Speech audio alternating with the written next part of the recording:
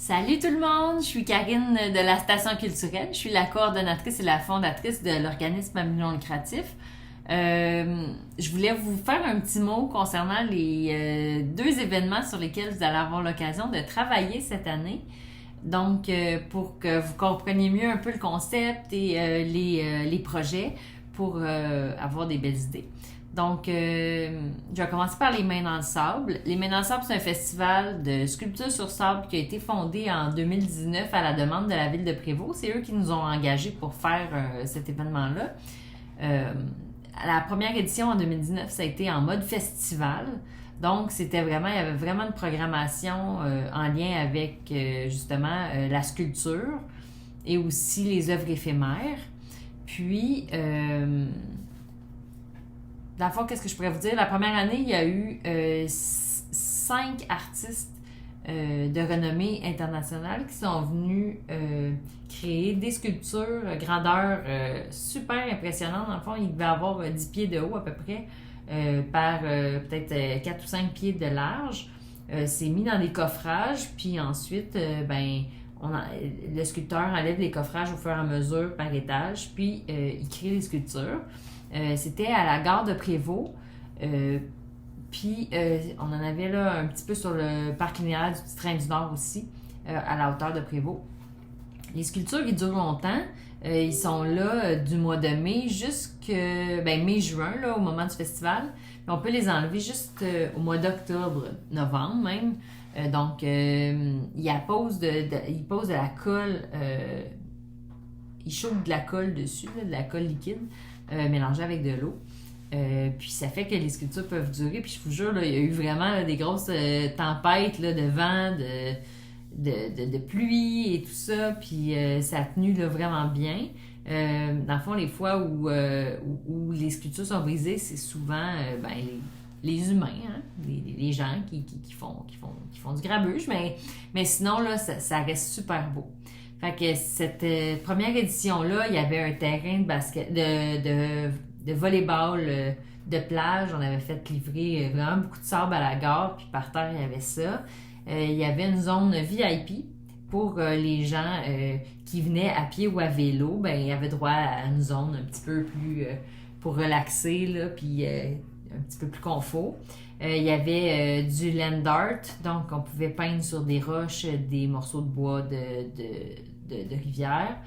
Il y avait une zone explicative là, qui expliquait comment se faisait la sculpture de sable, c'était quoi les étapes, c'était quoi les outils, comment on fonctionne et tout ça. Puis il y avait aussi une place où les gens pouvaient eux-mêmes créer des sculptures. Il n'y avait pas de coffrage et rien, là, mais il y avait vraiment là, un gros tas de sable dans lequel les gens pouvaient s'amuser. Fait que c'est ça. Puis il y avait des démonstrations aussi de quicksand. Ça, c'est des démos. On donne un thème. On a 2 sculpteurs avec un seau dans lequel il y a du sable. Puis là, on enlevait ça. Puis là, tout d'un coup, il y avait, mettons, 5 minutes pour créer une œuvre, là, mettons, selon un thème. Fait que ça allait agrémenter là, toute la durée du festival. Ça a été vraiment très cool. Puis, en 2020 et 2021, ça n'a pas été possible de reprendre l'événement parce que, à cause, vous savez, là, de la COVID. Fait que ce qu'on a fait, c'est qu'on a fait en mode installation. Donc, en 2020, on a installé 3 sculptures. Une à la bibliothèque, une devant le IGA, puis une devant la gare. Fait qu'ils sont juste venus, ils ont fait 3 sculptures puis ils sont repartis. Fait que ça a été ça pour 2020. Puis 2021, on a eu plus un petit peu, on a installé 8 sculptures. Donc on a créé le circuit culturel de la station dans le fond. Puis on offrait, c'était sur une application qui s'appelle... m'en rappelles-tu? Je pense que je m'en rappelle plus du nom. C'était sur une application, ça va sûrement m'en revenir pendant que je vous parle, qu'on pouvait télécharger la map de la station, puis on pouvait aller voir les sculptures où ils se trouvaient. Sinon, on pouvait là, les voir sur notre passage là, en se promenant. Fait que c'est ça. Fait que puis ils étaient sur notre site web aussi, il y avait une carte là, qui disait exactement où dans la ville ils étaient. Fait que pour 2022, on est super content. On revient en présence, donc on revient en mode festival. On change un peu l'équipe des sculpteurs qui étaient là pour dynamiser, pour changer un petit peu l'événement. Donc, ça va avoir lieu les 3, 4, 5 juin. Le 3, ça va être le lancement le soir. Et le 4, 5, ça va être vraiment le festival. Plusieurs nouveautés cette année. Il va y avoir... je vais vous en dire juste une. Il va y avoir un volet amateur. Donc, on va créer probablement un petit peu plus petite, là.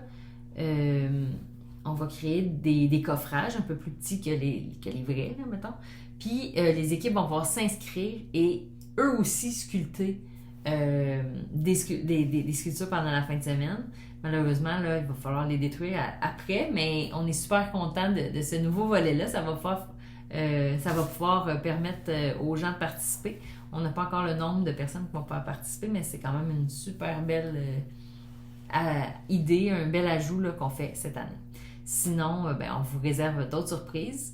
On ne sait pas encore combien de sculptures on va avoir. On est en train d'établir la programmation en ce moment, en collaboration avec nos sculpteurs invités et la ville de Prévost. Fait que c'est pas mal ça pour le festival de sculpture sur sable. Donc, les 3, 4, 5 juin à la gare de Prévost.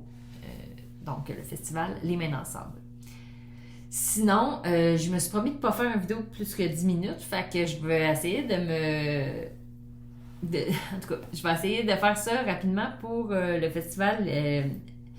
On aura tout vu, mais j'ai plein de choses à vous dire. On aura tout vu, c'est le retour d'un festival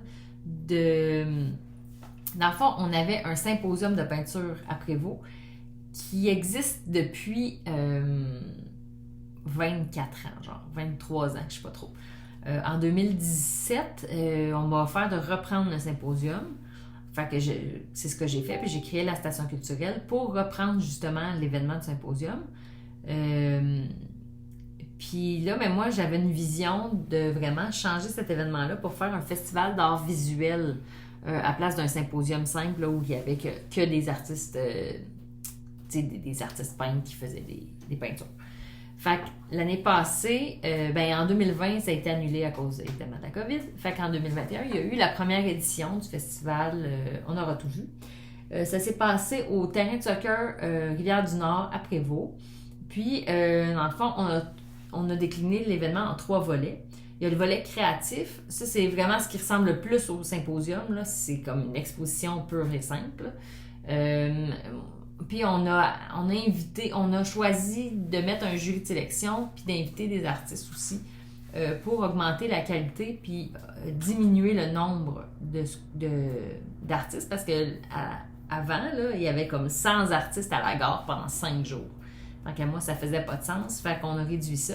Donc maintenant, la nouvelle version, on va se concentrer là-dessus. Donc on a eu 25 artistes choisis par un jury, puis on a invité 10 artistes aussi. Il y a des artistes de toutes les catégories, donc amateurs, semi-professionnels, professionnels, relève. Donc, on ouvre la porte à tout le monde et on a aussi... donc, c'est ça. Fait que ça, c'est comme vraiment en mode... je vais dire... je sais pas comment le dire. Là, vraiment, c'est vraiment juste une exposition. Là, les gens peuvent vendre leurs trucs. Par contre, on leur demande d'être créatifs dans leur présentation. Dans les symposiums normaux, là, comme la vie normale, là, ils doivent choisir un nombre de toiles, ils ont des tailles à respecter. Quand ils sont sur place, ils ont des heures de dîner. C'est vraiment très square. Là. Ils doivent vraiment rentrer dans un cadre puis ils ne doivent pas dépasser. Ça, c'est mettons, ce côté-là. Puis, avec On aura tout vu, nous, on est allé complètement là. À l'opposé, nous, c'est pas ça. Nous, les gens amènent ce qu'ils veulent, le nombre de toiles qu'ils veulent, la grandeur qu'ils veulent. Puis on veut qu'ils démarquent sur leur kiosque, qu'ils mettent du temps, de l'énergie, de la beauté, des idées. T'as une idée folle, on est là pour ça. L'année passée, il y a une fille qui est venue avec son VR des années 70, un 32 pieds, je pense. Là. c'était fou, là. Elle avait des toiles sur son toit, devant. C'était vraiment, vraiment beau. Puis ça a amené un effet wow que nous, c'est ça qu'on veut montrer. L'année prochaine, il y a une fille qui vient avec son Airstream, qui est une autre sorte de roulotte, là, comme tout en métal. Ça a l'air d'une canette. Là. Puis elle va se faire un petit café en avant, avec des tables puis des parasols en avant. Ben, c'est ce genre de choses-là que nous, on recherche. On veut que tu fasses, ben voyons qu'ils ont fait ça, c'est bien cool. Fait c'est un peu ça que nous, on amène. Bon, j'ai dépassé mon 10 minutes, mais en tout cas, je vais essayer de me dépêcher. Après ça, sur le volet, ça se passait sur le terrain de soccer Rivière-du-Nord. Donc, on avait, pour le volet créatif, on a aussi fait une exposition d'œuvres sur des ballots de foin. C'était du tricot sur des ballots de foin. On avait une exposition de photos par le Club Photo de Boisbriand dans des ruches d'abeilles. Fait que une entreprise qui nous a prêté, qui nous a expliqué comment, puis qui nous a prêté ces ruches. On a exposé, vide évidemment, il n'y avait pas d'abeilles dedans. On a exposé des photos dedans. Fait que ça, c'était le volet créatif. On avait aussi le volet immersif, parce que vous avez peut-être déjà passé par là, mais dans le fond, il y a des sentiers adjacents au parc de soccer. Fait que dans le sentier, nous, on a fait 2 expositions. On a fait une exposition qui s'appelait Perspective encadrée. C'était une exposition de cadres vides qui mettait en valeur des éléments de la nature. Ça a été vraiment l'exposition qui nous a coûté le moins cher. Puis ça a été ça, le highlight de la fin de semaine. Pour vrai.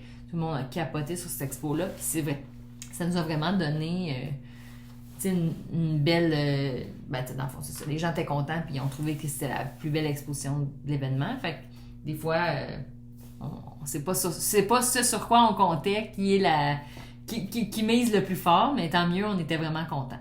À l'entrée de la forêt du volet immersif, on avait presque 200 origamis suspendus, des origamis géants, des grues, les petits oiseaux là, en origami. Là. Ils étaient installés, c'était super beau. Vous allez tous pouvoir voir ça dans la vidéo qu'on vous a transmis. Puis on avait, c'est ça, on a aussi exposé des œuvres géantes sur des grands arbres. On avait aussi un artiste qui fait du fractal, de l'art fractal, qui a installé ses œuvres dans la forêt aussi. Puis ça se terminait sur une autre exposition d'une artiste qui présentait ses œuvres sur des cubes au sol, parce que ses œuvres se voyaient dans 2 sens. Fait que, mettons, de même, tu vois quelque chose, puis dans l'autre, quand tu te penches la tête de même, tu vois autre chose. On a pensé à plein d'idées pour comme que les gens ils puissent jouer avec l'œuvre comme ça. Fait que on les a mis au sol sur des cubes. Puis ça, c'était notre volet interactif. Parce que, dans le fond, les gens avaient besoin de comme jouer avec l'œuvre pour comme l'apprécier. Fait que ça, c'était le volet interactif. Puis sinon, dans le volet interactif, il y avait aussi des médiations culturelles. Le Musée d'art contemporain des Laurentides est venu, a fait une médiation culturelle. On avait des grands panneaux sur lesquels les enfants pouvaient dessiner. Fait que, en fond, c'est ça. C'était ça, on aura tout vu, notre version améliorée du symposium. Puis on est super fiers de ce qu'on a fait. C'est quelque chose qui a été financé par Patrimoine canadien, donc c'est des demandes de subvention qu'on a fait. C'est notre projet à nous, il n'a pas été acheté, on l'a bâti, on l'a créé, on a cherché du financement et on l'a ensuite on l'a mis en place. Là, on est en train de travailler sur la version de cette année. On va avoir 6 artistes, dépendamment du financement, là, entre 5 et 7 artistes dans le volet immersif interactif à présenter. On les appelle nos artistes vedettes. Puis il va y avoir encore 25 artistes du jury, puis 10 artistes invités. Fait que je vous retiens pas plus longtemps. Si vous avez des questions, vous pouvez m'appeler, vous pouvez m'écrire. Donc, Karine Daou à la Station culturelle. Vous pouvez m'écrire sur Facebook, la page Facebook de la station. Allez sur les documents que votre prof vous a donnés. Sinon, c'est Station culturelle Laurentide là, sur Facebook, vous allez me trouver. Sinon, notre site web, lastationculturelle.org. Fait que je vous souhaite bonne chance. Je vous souhaite de vous amuser en faisant ça parce que quand on s'amuse pas, ça paraît dans nos... ça paraît dans nos travaux puis dans ce qu'on remet. Fait que amusez-vous, inspirez-vous de ce que je vous ai dit un petit peu puis de ce que ça vous a inspiré. J'ai super hâte de voir vos travaux. Fait que amusez-vous puis on se voit bientôt. J'y vais là, début avril là, vous rencontrer pour votre cours bientôt avec Émilie. Donc à bientôt. Merci beaucoup. Fait que passez une belle journée. Bye bye.